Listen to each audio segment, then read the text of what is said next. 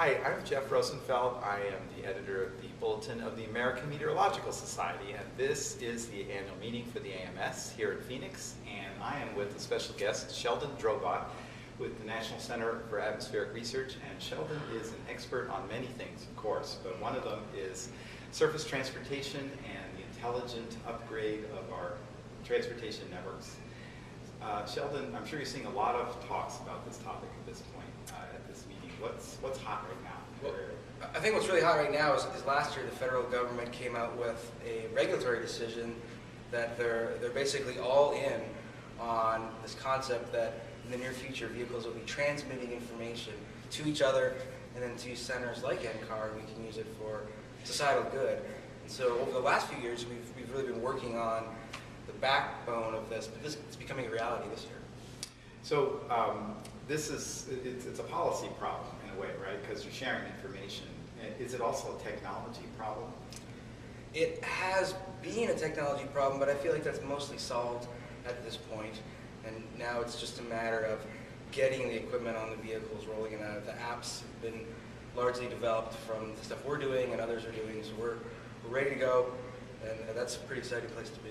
So what kind of impact do you see when you start using this information? Impact on forecasts or just modeling capabilities? What happens? I think we're going to see two main impacts. One will be in the forecasting world. I think there's this adage that says quality of your forecast is partly related to the quantity and quality of data you're providing for it. So we have 250 million cars on the road. Imagine if just 1% of those are transmitting things like air temperature or pressure or even whether the windshield wipers are on. That's all information that we never had until just now. So that's going to have a pretty big effect, I think, on the weather forecasts. The second part of it is the actual drivers themselves. So if you could know 5 miles ahead, cars are saying roads are icy, well now you can take some preventative action before you stumble into bad weather conditions. No, so it's going to get right into the hands of the drivers, basically. That's right. Now, yeah. Isn't one of the sort of the questions here, it's sort of the social science aspect of how do drivers assimilate all this kind of information? And are you seeing presentations on that right now? So I think that is really cutting edge stuff that's going to be coming down the road, so to speak, no pun intended, over the next year or so. So now that we've got the technology to do this, I think people are beginning to focus on how now do you communicate this information in the best way. And of course, a lot of the sessions that are going on here at the meeting this year are related to communicating weather and climate information. It's the same problem. So all of the stuff that's coming out of that will transition into how do we tell you it's icy roads 5 miles ahead so you don't freak out and drive off the road in trying to prevent doing that 5 miles later. So is that something that's solved by technology, just improving, obviously social science is in play there, but we were listening today to the presidential forum, and Catherine Sullivan was talking about turning our enterprise from a weather business into an environmental information enterprise, basically. You're at the heart of that, it seems, because you're integrating all this. I mean, you talked about windshield wipers. That's not weather data, right? But it becomes weather data. It seems like there are a lot of different steps in terms of whether it's artificial intelligence or computing power, just lots of data that go together, to small-scale models, things that never been looked at before in modeling. So it seems like there must be a lot of work to do. Yeah, it's definitely, on the one hand, a big data problem because, again, you have all this information coming in. But how do you distill it?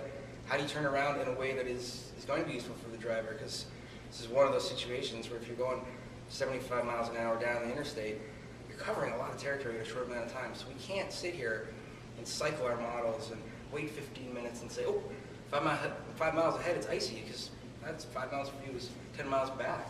So there's the technological issues there, the transmission, and then the social science comes in, and well, how do you present that message well? And then, as you say, there's new types of data. It's not just windshield wipers. We've noticed things like the way people operate their steering wheel is subtly different when conditions are starting to get bad. So the driver probably doesn't even know they're doing that. But it's weather information, but not traditional weather information. So how do we use that?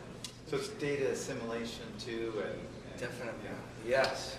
So if so, if I'm a student right now, I mean, we're old geezers, right? Well, okay. You're not an old geezer yet. What about the people who are just entering the field now? Where should they be putting their work? I think this is a super exciting field to be in, and one that's going to be growing. Like 5 or 10 years ago, we probably didn't really see much processions here on this idea of mobile sensing, and vehicles are definitely at the heart of it, but also things like the wearable technology. So our phones and our watches and all these things we're going to be wearing over the next few years are all going to be sensing the environment around them, exactly as you said before. So I would definitely think, as a young student getting in the field now, I would encourage people to get into this idea of the proliferation of data and information and how are we going to use it. And you can focus on that from a software engineering side, if that's your interest, or developing scientific algorithms, communicating the information. It's all part of the same problem, and there's lots of work that still needs to be done. All right. Well, thank you very much, Sheldon. I'm looking forward to buying my next car with all this in it. Perfect. Thank you. Take care.